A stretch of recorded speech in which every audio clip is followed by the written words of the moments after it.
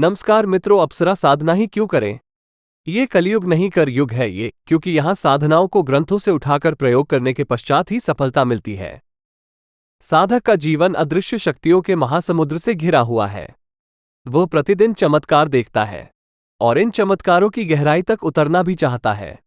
जड़ व चेतन, स्थूल व सूक्ष्म, भौतिक व आध्यात्मिक आयामों से संसार विभाजित है। किसी विद्वान ने ठीक ही कहा है, जहां पर भौतिक विज्ञान की सीमाएं समाप्त हो जाती हैं, वहां से तंत्र विज्ञान प्रारंभ होता है।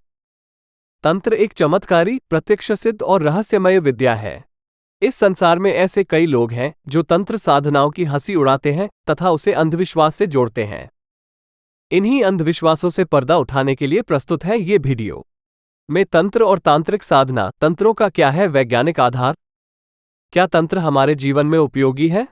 तंत्र के लिए उपयोगी साधन, साधक के लिए कितना कल्याणकारी व कितना अकल्याणकारी? इन्हीं सब विषयों का आईना है ये पुस्तक।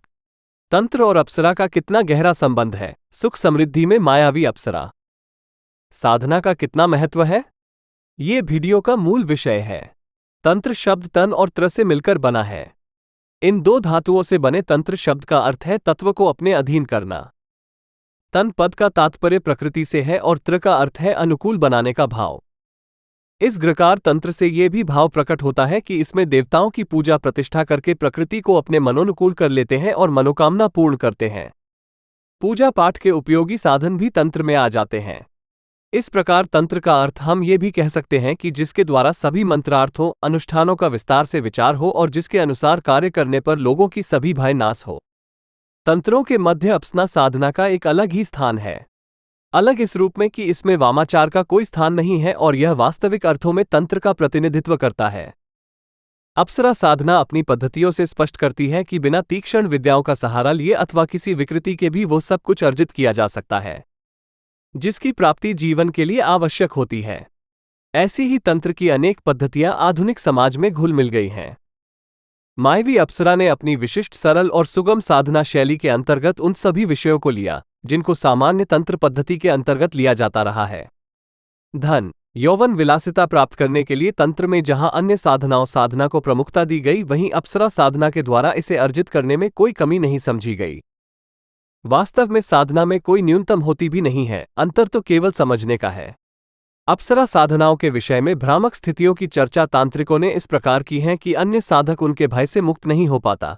कुछ का विचार होता है कि उन्हें इसके लिए जंगल में जाना पड़ेगा, कुछ का विचार होता है कि कहीं वो विकराल स्वरूप में तो प्रकट नहीं होगी, तथा साधकों के एक बड़े वर्ग के मध्य ये भी धारणा फैली हुई है कि अप्सरा सिद्ध होने पर साधक के वैवाहिक जीवन के साथ खिलवाड़ कर अंत में उसे नष्ट करके ही छोड़ती है। ये सभी धारणाएं मिथ्या हैं। अप्सरा साधना के माध्यम से ही किस प्रकार जीवन में धन, मान, काम, सुख और यौवन प्राप्त किया जा सकता है। आज का युग वैज्ञानिक युग है।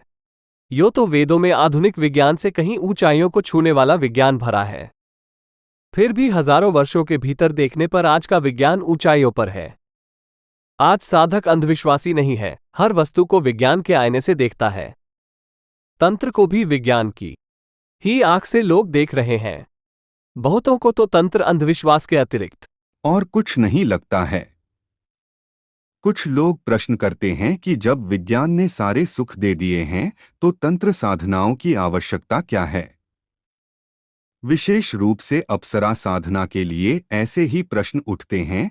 तंत्र विशेषज्ञों की ओर से इसका उत्तर यही है कि विज्ञान के सभी साधन एक दूसरे पर निर्भर है।